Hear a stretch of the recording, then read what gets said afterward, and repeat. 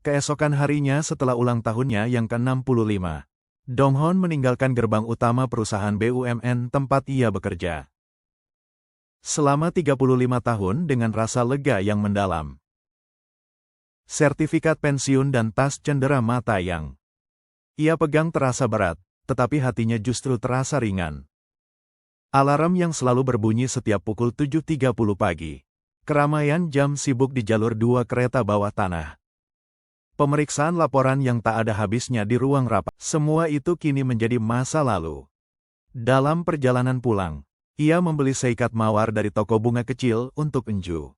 Selama 35 tahun pernikahan, ia selalu sibuk, dan kini ia ingin menyampaikan rasa terima kasihnya kepada istri yang selalu mengerti. Setelah menghitung pensiun, dana pensiun, dan tabungan yang telah dikumpulkan. Jumlahnya tidak terlalu banyak, tetapi cukup bagi mereka untuk hidup tenang bersama. Donghon sudah mulai membuat rencana. Setiap Kamis, ia dan Enju akan belajar yoga di pusat budaya setempat.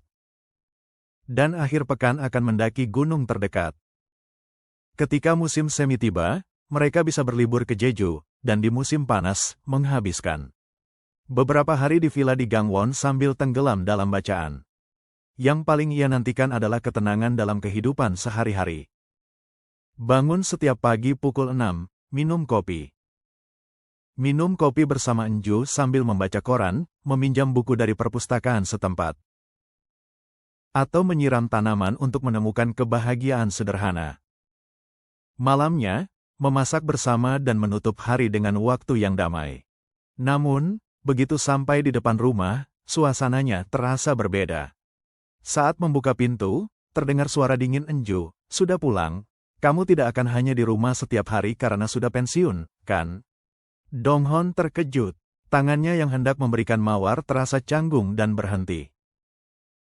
Enju menerima bunga itu tanpa banyak reaksi dan berjalan ke dapur. "Sayang, mari kita hidup lebih santai sekarang. Ada banyak hal yang tidak sempat kita lakukan sebelumnya," kata Donghon, namun Enju memotong ucapannya. "Apa yang akan kamu lakukan di rumah? Duduk di sofa sepanjang hari menonton TV?" Reaksi tajam yang tak terduga itu membuat Donghon terdiam. Hari pertama pensiun yang ia impikan, yang penuh kedamaian, ternyata dimulai dengan konflik yang tak ia duga. Keesokan paginya, Donghon bangun lebih awal dari biasanya dan menyiapkan sarapan untuk Enju. Dengan gerakan tangan yang canggung, ia menggoreng telur dan menanak nasi. Selama 35 tahun pernikahan, ia hampir tidak pernah mengerjakan pekerjaan dapur. Tetapi sekarang ia punya cukup waktu, jadi ia berpikir bisa belajar perlahan. Saat Enju bangun dan melihat meja makan, ia menghela napas. Kenapa telurnya gosong begini? Nasinya juga terlalu lembek. Donghon meminta maaf dan berjanji akan melakukannya lebih baik lain kali. Sejak itu, Donghon mulai lebih aktif ikut serta dalam pekerjaan rumah. Saat mencuci piring, ia menggosok satu persatu dengan hati-hati. Tetapi Enju berkata, "Air saja yang habis, cuciannya tidak bersih," lalu mencucinya kembali. Saat membersihkan rumah pun sama. Meski sudah menggunakan penyedot debu dan mengepel lantai, Enju berkomentar, "Sudut-sudutnya masih kotor. Kalau seperti ini buat apa repot-repot?" Mereka juga pergi belanja bersama, tapi hasilnya tetap serupa. Sayuran yang dipilih Donghon dikatakan terlalu mahal, daging yang dipilihnya dianggap terlalu berlemak, dan Enju mengganti semuanya. Bahkan, ketika Donghon hendak mengeluarkan kartu di kasir, Enju menahannya sambil berkata, "Kamu tahu apa sih?" Saat ia mencoba melipat cucian, situasinya semakin buruk. "Masa ini saja tidak bisa? Kenapa bajunya kusut semua?" Suara tajam Enju membuat Donghon menciut. Ia benar-benar tidak mengerti.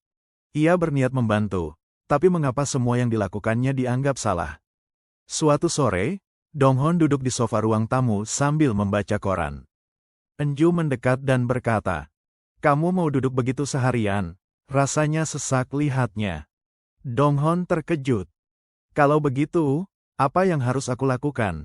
Kalau begitu, apa yang harus aku lakukan? Jawab Enju sebelum pergi meninggalkannya. Donghon merasa bingung.